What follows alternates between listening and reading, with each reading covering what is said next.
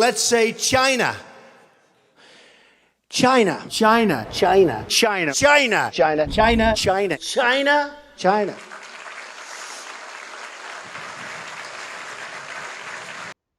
The US and China trade negotiation will start on the 10th of June. What the US wants from China. So to prepare for this video, I delved into prediction and analysis from US-centric Western media and tasked ChatGPT with summarizing America's demands. Here's what I found.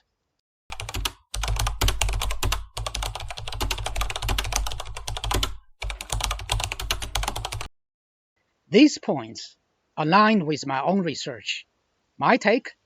Dishonesty, smoke and mirrors tactics. The dishonesty lies in the fact that aside from the points number 1 and number 4, these demands clash with China's current realities. The obfuscation refers to masking true intentions with superficial rhetoric. Let's dissect point number 1 and 4 first. That's the flashpoints Trump hopes to spin into big and beautiful domestic victories. Recent US-China trade data reveals a stark structural divide. China's exports to the United States are dominated by manufactured goods, such as electromechanical products, phones, computers, appliances, components, etc., accounts for 50%. Machinery, like industrial equipment, generators, accounts for 15%. Textiles and apparel accounts for 10%. Furniture, toys, and sporting goods, 5%. This reflects China's undisputed role as the world's factory, powered by integrated supply chains, infrastructure, skilled labor, and political economical stability. The US cannot compete here, a fatal flaw in Trump's manufacturing revival fantasy. US exports to China are high-value, resource-driven, such as agriculture products like soybeans and pork, account for 20%, $40+ billion in 2022. Semiconductors and tech, including Intel Qualcomm chips, accounts for 15%. Aerospace, like Boeing jets, engines, accounts for 10%. And then energy, LNG, crude oil stuff. They are on a rapid growth path. This exposes two systemic US failures. First, a polarized workforce pitches elite professionals versus undereducated laborers. Hyper-capitalized resource industries and monopolized manufacturing stifle upward mobility and global competitiveness. Second is the trade deficit, a self-made mirage. Even if friendshoring shifts factories from China to other nations, the US deficit would merely relocate, not vanish. Many relocated industries are Chinese overseas ventures, not local enterprises, due to China's abundance of capital, technology advancement, and high level of management skills. The US deficit is structural, not China-specific. Can trade balance be achieved? Short and sweet answer is impossible. The dollar is the first obstacle. Economically, the well-known Triffin dilemma clarifies this conflict. The US dollar simultaneously serves two irreconcilable roles, a global currency and a national currency. As a global currency, to meet worldwide liquidity demands, countries require dollars for trade and reserves, forcing the US to maintain chronic trade deficits and flood the world with dollars by purchasing foreign goods. As a national currency, the stability of the dollar's value depends on physical discipline. Persistent deficits and excessive dollar issuance risk devaluation, eroding confidence in its exchange rate. Here are the two hypothetical scenarios if Trump revives US manufacturing. Scenario number 1. The US becomes a self-contained utopia, disengaged from global trade. The result would be the dollar loses its international role as a reserve and transactional currency, reduced to a domestic medium. Scenario number 2. The US crushes competitors, including China, to become a trade surplus powerhouse. The result would be dollar repatriation would drain global liquidity, inevitably dethroning it as the world's dominant currency. Let the unthinkable reality sink in here. America's elite class, benefiting immensely from the dollar's financial hegemony, would never prioritize blue-collar jobs over the exorbitant privilege of controlling the global reserve currency, sacrificing dollar supremacy for domestic employment. To them, is a fantasy. The political system in the US is an invisible but even more deadly obstacle. In 1995, a meeting known as the Fairmont Conference was held at the Fairmont Hotel in San Francisco. Initiated by former US President George W. Bush, former British Prime Minister Margaret Thatcher, financier George Soros, and others.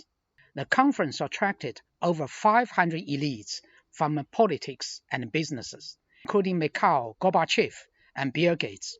Its theme was addressing the challenges of globalization. One conclusion reached during the discussion left all participants deeply uneasy. The trend of globalization would inevitably lead to increasing polarization among humanity, a division between 20% and 80%. The first group consists of the core elite class and those dependent on them, making up about 20% of the world's population. They would benefit and become its beneficiaries. The remaining 80%, however, would be left behind by the era, effectively becoming the losers. This group would neither be able to make meaningful contributions in the process of industrial informatization and the artificial intelligence development, nor enjoy the dividends of this new era. It is entirely foreseeable that extreme wealth concentration and growing inequality would breed discontent and despair, which would ultimately lead to resistance and even revolution. To address this potential threat, Zbigniew Brzezinski, a renowned US geopolitical strategist and former national security advisor to President Carter, proposed the theory of tititerment during this conference. The theory was further elaborated indirectly in his 1997 book, The Grand Chessboard, published by Basic Books, where he discussed global inequality. The theory advocates that the masses should be immersed in leisure and distraction through industries such as entertainment, pornography, and gaming, diverting their attention from social inequality and personal hardship, thereby preventing social unrest. In practice, this theory gave rise to what is known as the American-style happiness education, which claimed to follow the banner of John Dewey's progressive education. In essence, it promotes the idea that everything should be entertaining. It exaggerates human demand for entertainment, using sensory stimulating methods to sensationalize serious social issues without engaging in meaningful debate or encouraging critical thinking. Its aim is to weaken people's critical consciousness. Within the general education system not serving the elite class, numerous disciplines and curricula have been created that promote identity-based divisions but offer no real social value. Under the guise of equal rights, these programs lower the standards of traditional academic subjects while excluding talented and hardworking students from opportunities for excellence. For example, a recent case involved an American high school graduate suing her former school, claiming that the happiness education she received rendered her functionally illiterate.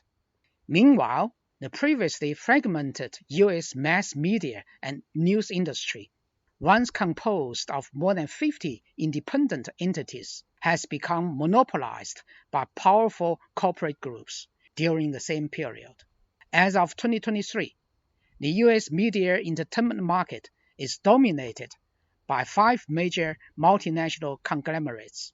Through mergers, acquisitions, and capital consolidation, these companies have formed a highly concentrated media landscape, controlling approximately 90% of all media content produced in the United States.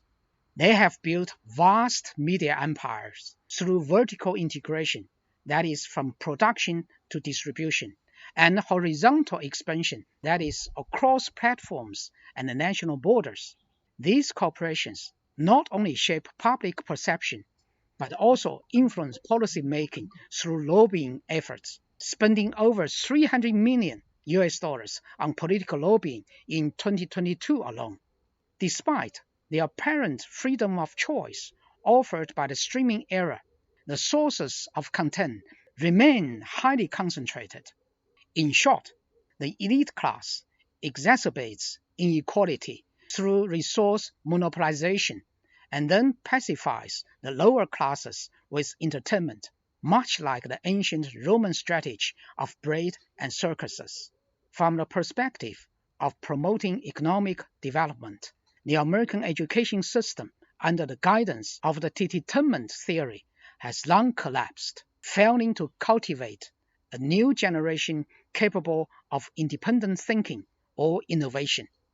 Without a workforce possessing cultural and technical literacy, how can manufacturing possibly return to the United States?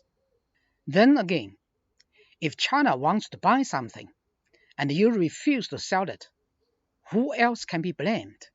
Before the trade war, let's take in 2017 as an example. China directly imported about 6.5 to 7 billion US dollars worth of semiconductor chips from the United States. However, through enterprise supply chains and technology licensing, the actual dependency expanded to a scale of approximately 75 billion US dollars. According to data from the China's General Administration of Customs and the National Bureau of Statistics, from 2013 to 2016, China's annual import value of semiconductors consistently exceeded its oil imports. By 2021, China's semiconductor imports reached 432.6 billion US dollars, 1.7 times the value of its oil imports that year.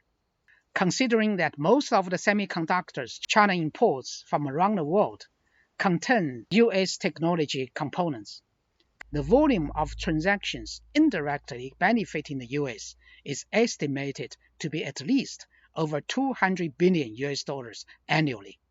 And yet, in an effort to suppress China's development in high-tech fields, successive US administrations from Trump 1.0 to Biden and now Trump 2.0 have imposed increasing restrictions, eventually outright banning the export of US high-tech products, especially chips, to China. Under these circumstances, how can Trump still complain about the Sino-US trade deficit? Isn't this a situation largely of his own making? In 2017, before the trade war, US agricultural exports to China amounted to approximately 24 billion US dollars, accounting for 19% of total US agricultural exports. China was the second largest export market for US agricultural products after Canada, with major categories including soybeans, livestock products like pork and beef, and grains like corn and wheat and cotton. That same year, US energy exports to China reached about 8.7 billion, including crude oil, LNG, and coal.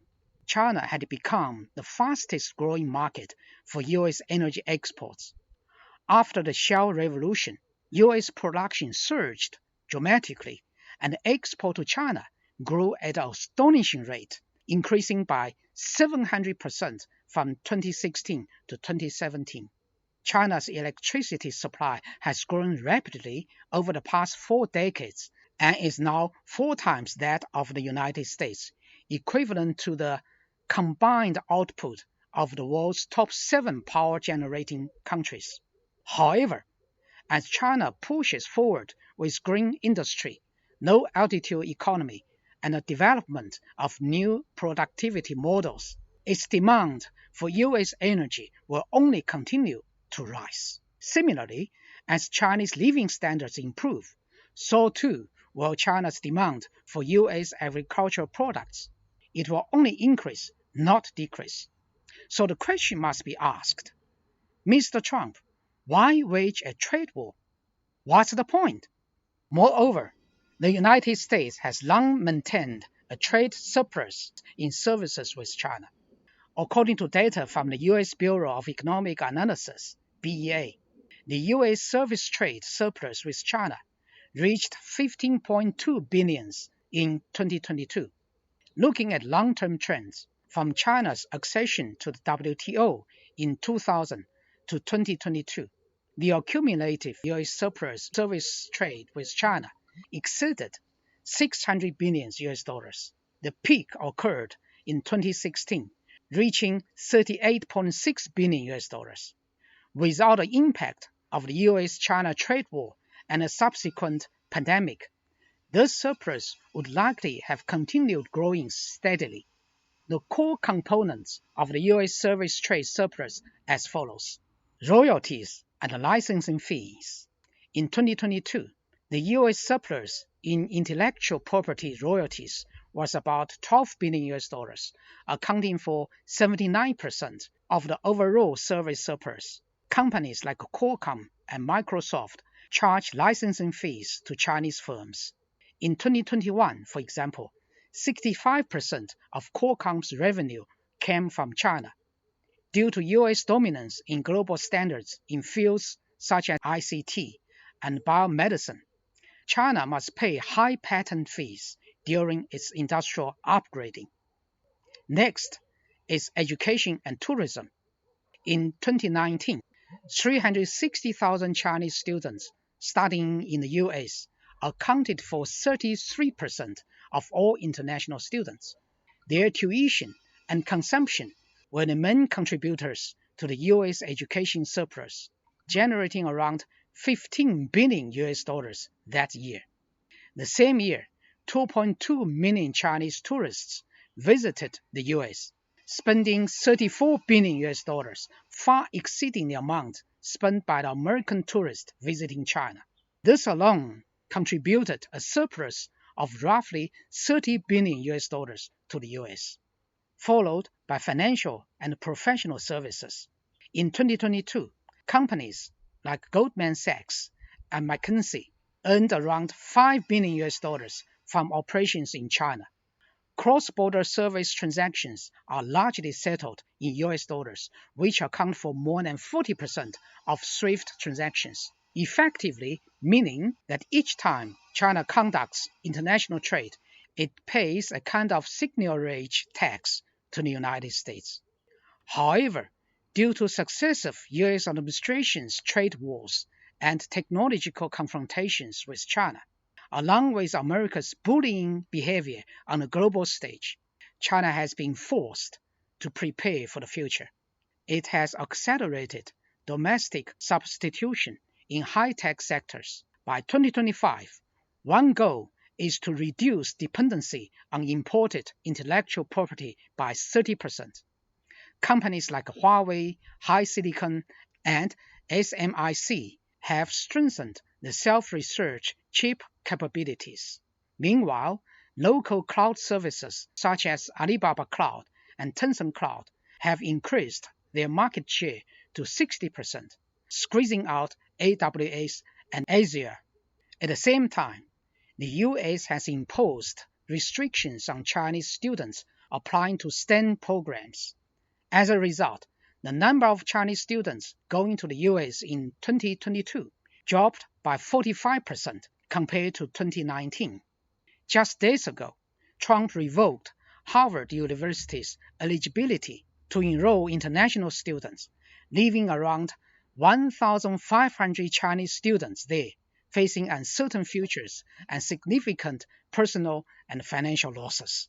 So, we must ask again, Is this truly beneficial or detrimental to the U.S. service trade surplus with China? Restricting high-tech exports and investment access to China stems from a political vow by U.S. leaders to their citizens and themselves. China shall not surpass America on my watch. I think that's the presidential motto for the American leaders.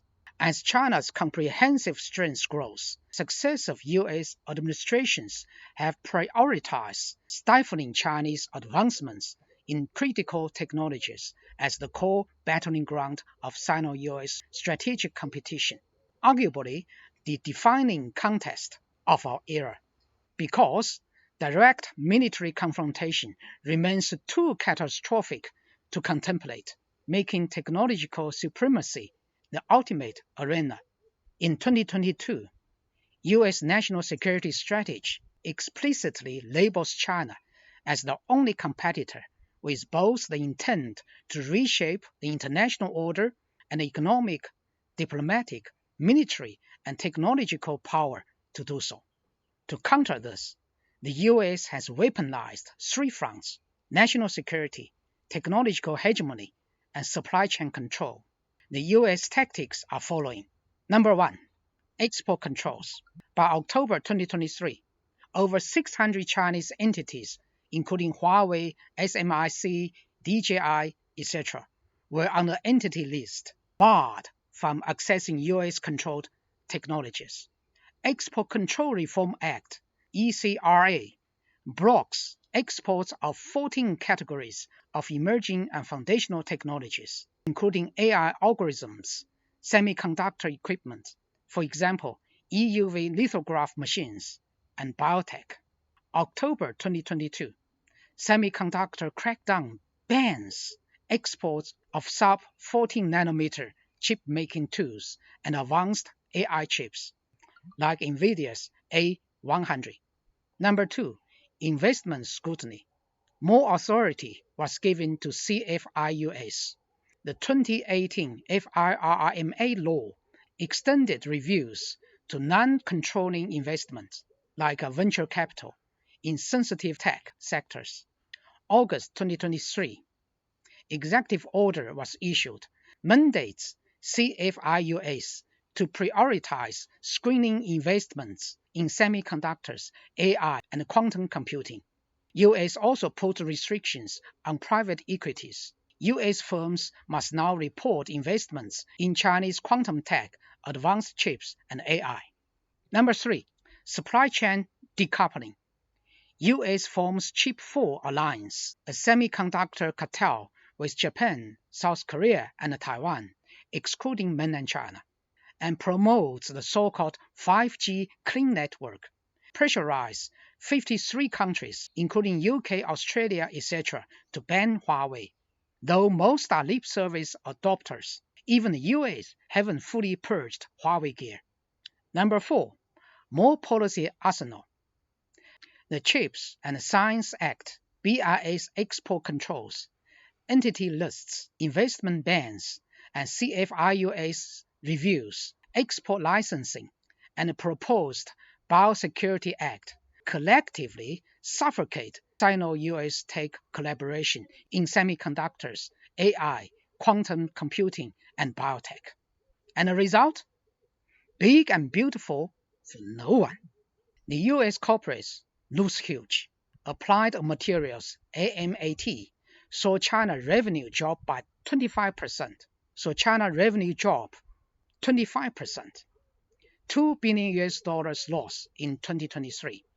NVIDIA's downgraded China-specific chips failed to compete as the market pivots to self-reliance. US allies suffer too. ASML blocked from selling DUV lithography machines. Japan restricted 23 semiconductor tools. Samsung and SK Hynix face tech cooperation limits. Taiwan's TSMC's US 3 nanometer fabs battle cost overruns and yield issues. Domestic chaos also everywhere in the US. Agencies like the military, fire departments, and farms struggled to source DJI drones, a global leader in cost-effective aerial tech. With all this going on in the US, obviously there will be China's counterstrike. China's R&D surge.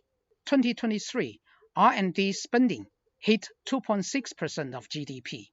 Domestic semiconductor equipment now claims 20% market share, up from 7% in 2019. Breakthroughs also happens.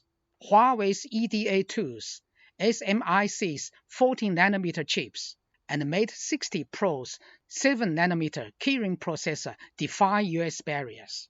China is forced to play a long game. US restrictions, while causing short-term pain, are accelerating China's innovation ecosystem. What began as mutually beneficial tech cooperation between the US and China has been forced into a zero-sum battle for dominance, reshaping the global economic order. This totally looked like a lesson unlearned. Washington's political elites seem oblivious to the adage, if the unbroke, don't fix it. By sabotaging a once symbiotic relationship, they've birthed a rival that may ultimately out-innovate them, all to cling to a fading hegemony.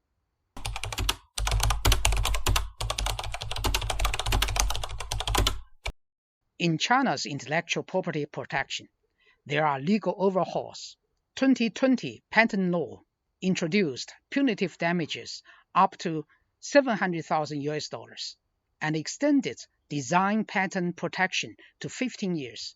2021 copyright law explicitly protects digital content like live streaming, short videos, and cracks down on online piracy. Revisioned trademark law combats malicious trademark squatting, slashing review periods to 4 months from 8 months in 2018. Then there's judicial reforms. Specialized IP courts were established in Beijing, Shanghai, and Guangzhou since 2014. In 2021 alone, these courts handled 150,000 plus cases, with patent dispute resolution times halved to 66 days from 120 days in 2018. Cross-regional jurisdiction is also established. The Supreme People's Court's Intellectual Property Tribunal centralizes technical case reviews to curb local protectionism, and from time to time, there are enforcement campaigns such as SWORDNet anti-piracy initiative, removed 8 million plus infringing links and shut down 30,000 plus piracy sites in 2022. And Dragon Soul custom crackdown seized 60,000 plus batches of counterfeit goods at borders in 2021. China's efforts have gained global recognition. On the Global Innovation Index, China rose from 29th in 2015 to 12th 2023, according to WIPO data. On royalty payments, China's outward IP licensing fees surged from $18 billion in 2012 to $43 billion in 2022. Now, let's talk about China's labor rights safeguards. In the legal framework field, labor contract law enforcement has seen over 95% of workers signing formal contracts in 2022. Gig worker protections set up the 2021 guidelines for safeguarding new employment forms, mandate injury insurance for delivery riders, ride-hail drivers, etc. In the field of welfare and equity, minimum wage increased by 70% since 2013. Social Security has basic pension coverage exceeding 1 billion people, with migrant worker enrollment jumping from 21% 2015 to 65% 2022. For the emerging professions, roles like a blockchain engineer and carbon emission manager were added to the National Occupational Registry in 2022, unlocking training subsidies. On the environmental stewardship front, China has adopted a strict pollution control regime, with national PM 2.5 levels dropped to 29 microgram per cubic meter 2022 from 50 microgram per cubic meter in 2015. Yangtze River Basin's excellent water quality reached 94.5% versus 82% in 2016. 90% plus of contaminated farmland is now safely utilized. Green transaction is ongoing. 47.3% of installed power capacity is clean energy in 2022, up from 34% in 2015. China also leads global NEV sales for 8 consecutive years. China's carbon market, launched in 2021, covers 40% of national emissions, 4 billion plus tons annually, with trades exceeding $1.4 billion. China upholds its global commitments, vows to peak emission by 2030 and achieve carbon neutrality by 2060. The Belt and Road Initiative halted overseas coal power projects in 2021 after NGO critics. China's climate finance accounts for 40% of global renewable investments in 2022. Conclusion: what China has done is the mirror held to the US. While the US lectures others, China's progress in IP enforcement, labor rights, and green policies, backed by hard data and institutional reforms, exposes the hypocrisy of a nation that prioritizes hegemony over human dignity and planetary survival. The script, indeed, has been flipped. Let's focus on two highly sensitive and emblematic labor issues: working women's rights and child labor. Take the maternity leave policy for comparison. Under China's special provisions on labor protection for female employees, the 2012 revision, 98 days paid leave, including 15 prenatal days, plus 15 days for difficult births or each additional child, 15 to 42 days for miscarriage, depending on gestation period, 15 days paternal leaves for spouses. Full wage coverage is funded by maternity insurance or employers if uninsured. Medical coverage covers prenatal care, childbirth, and family planning procedures. These policies are mandatory nationwide. As for child labor issue, legally banned since the establishment of People's Republic of China in 1949, industrial child labor has never existed under the PRC. Using minors under 16 is a criminal offense. Now, let's see what happens in the United States. First, only few states have similar maternity leave policy and no mandatory enforcement nationwide. As for the child labor program, things are getting out of control. As per the New York Times and Washington Post, child labor in the US has spiked since 2021 in meatpacking plants, agriculture like corn, tomato, and tobacco production, fast food chains like McDonald's and KFC, Amazon warehouses, and the construction industry. Quite a few states like Arkansas and Iowa have passed regressive laws, which allowed 14-year-olds to work until 11 p.m., eliminating employer age verification requirements, reduced permits for hiring minors. Meanwhile, the U.S. Department of Labor lacks resources to investigate violations. As Human Rights Watch notes, the U.S. doesn't lack of child labor. It chooses not to see it.